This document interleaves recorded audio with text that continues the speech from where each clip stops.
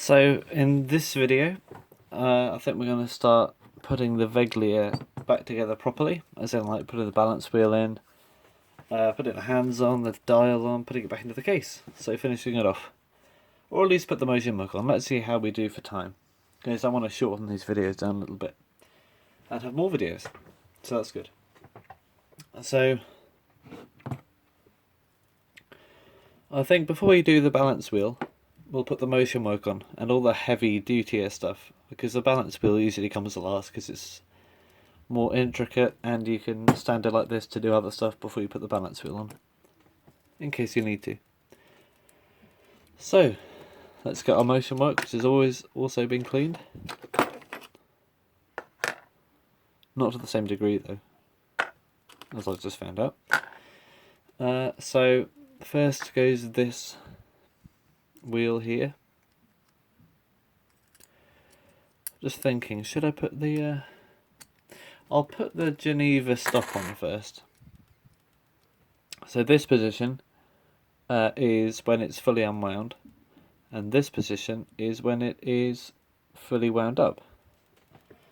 So I need to put the spring on, the wrong side thing, and wind it up to a point where I'm happy with it. Still having enough power, but not unwound.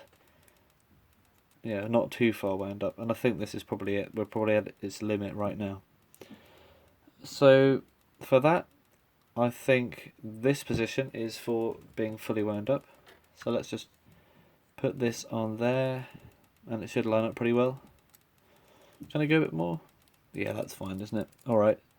So that's when it's wound up, and as it unwinds, it will go around and stop at the other half. So there's a washer to go on. I think this is it. And the original black piece of wire broke in half, so I've made another one up out of brass. And I'll just put that in there and bend it back into an S shape.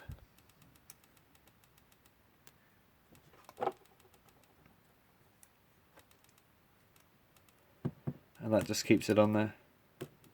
You could probably use a taper pin if you wanted to, but as it was like this originally, I'm just going to use that. And I'm also short of taper pins. That'll do. Make sure it doesn't come off at any point. Alright, and let's just let it unwind. So I'll be back when it has done that. So it looks like it has done its full run of alarm as it's reached its ending point, and that wire's on well enough so that it wouldn't ride over the top of it at any point, which is good. So the next thing to do would be putting the motion work on. That goes there. Then we got the hour pipe, and then we got our alarm wheel, which is looking a bit dirty. I think I must have forgotten to clean that. I'll be back in a sec. Alright, so then this goes on. So we'll get our alarm shaft and put this through like that.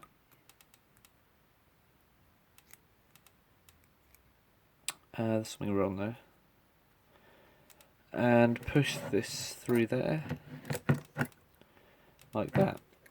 Okay, so there is some washer stuff and things in there, so let's just check this out, because I can't really confuse it with anything now. And we're going to need this sort of domed looking washer and this small peg, I think, pin. So that's going to go on the shaft inside the clock. So I'll get some tweezers.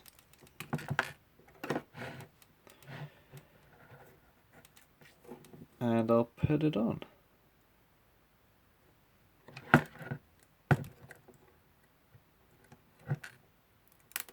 Oops.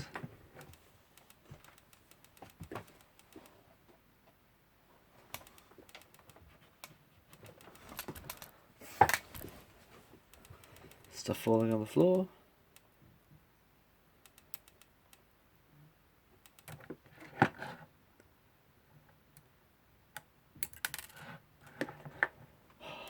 I'll get back to you with this.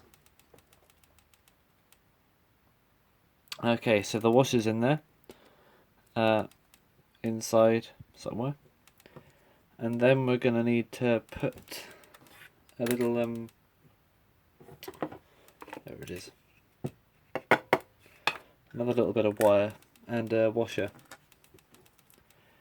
which just keeps everything on there, all the motion work.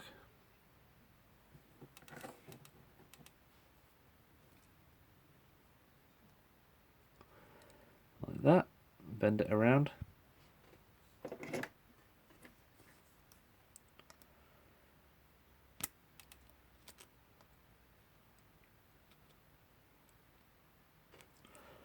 Like that. So next I'm going to put the pin in, which goes on the smaller side of the domed washer. So I'll just get this, and that just goes through the shaft between the plates. And then once that's in there, just take these keys off for now to make things easier.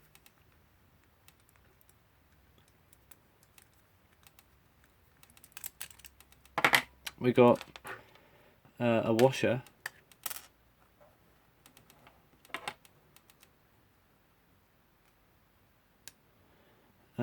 a spring, and a sort of brass thing that we push on there. So I'll just push that on with a hammer or something, hammer it on. Okay, so I think that's on there pretty well. Just to check, does the alarm thing turn around when I move the hands? Because it shouldn't.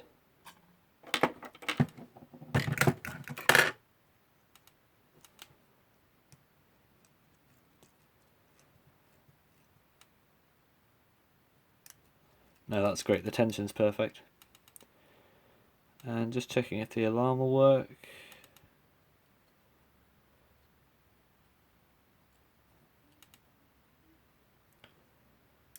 Yeah, that clears it alright. Good. So the next thing to do is find out where that washer came from. I think that went under there.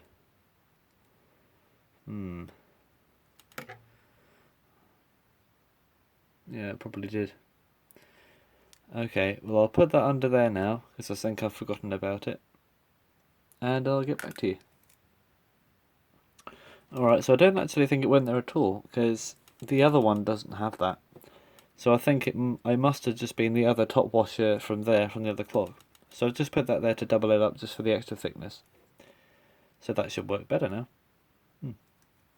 Alright, so I think we're close to getting ready to put the balance wheel in. And looking around, I think we are. So I'm just going to put this regulator on, which is a nice quick job. I may as well do it on camera. So we got this,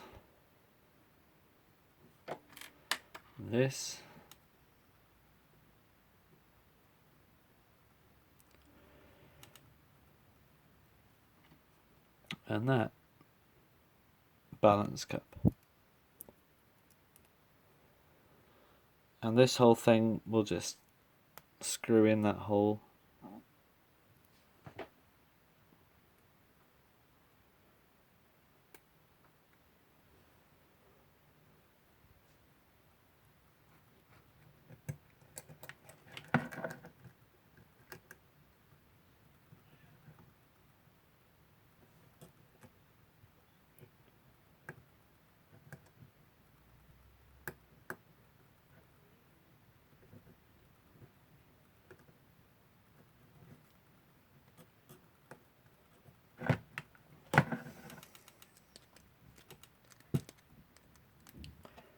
And this one you tighten up until it's the perfect sort of stiffness that you really want.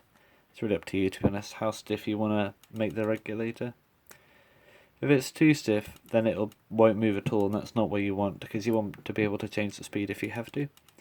But if it's too loose, then it just doesn't work properly because it keeps going to different positions. So this is good enough. It's a nice stiff regulator. So I'll just unscrew the other balance cup a little bit more, so it'll let the balance wheel in a bit better. You can see these much sharper than the old ones. So I'll just put this in, and like the Westlox America that I did, the hairspring goes in the opposite direction. So that means it's slightly harder to put in than the normal hairspring direction.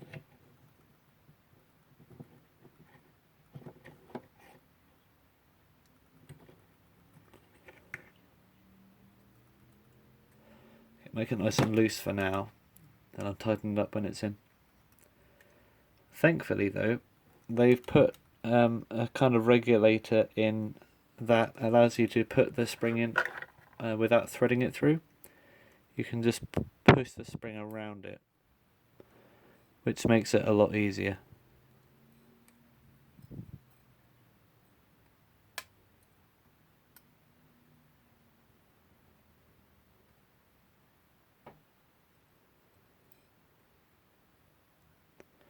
So I'm just going to thread this through the stud at the end.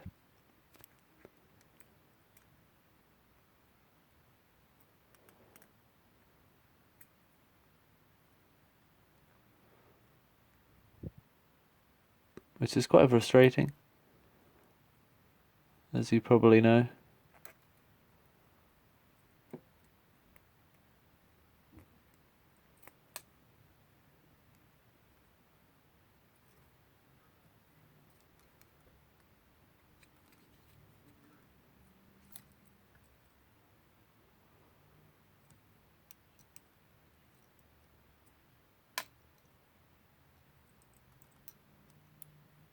There we go. So that's in there. And you want the natural sort of resting position to be in line with the sort of pallet fork. So we've got a nice big pin to stick in when we're comfortable with the position.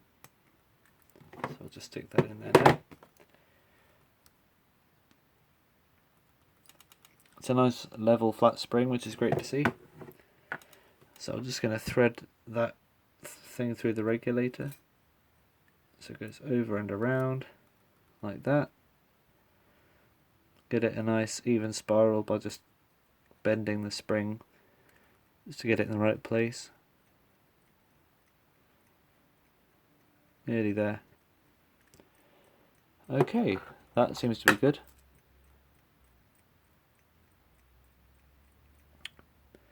A bit uneven. I think that's because the regulator end's a bit bent. Alright, there we go. Well, it's working already, and look how unwound it is. So that's good. It hasn't even been oiled either. So what I'm going to do is I'll let this run. I know I said we might do the case in this episode, I just realised it's probably better to oil it and let it run overnight, just to let it work its way through. So I'll wind it up fully and do that.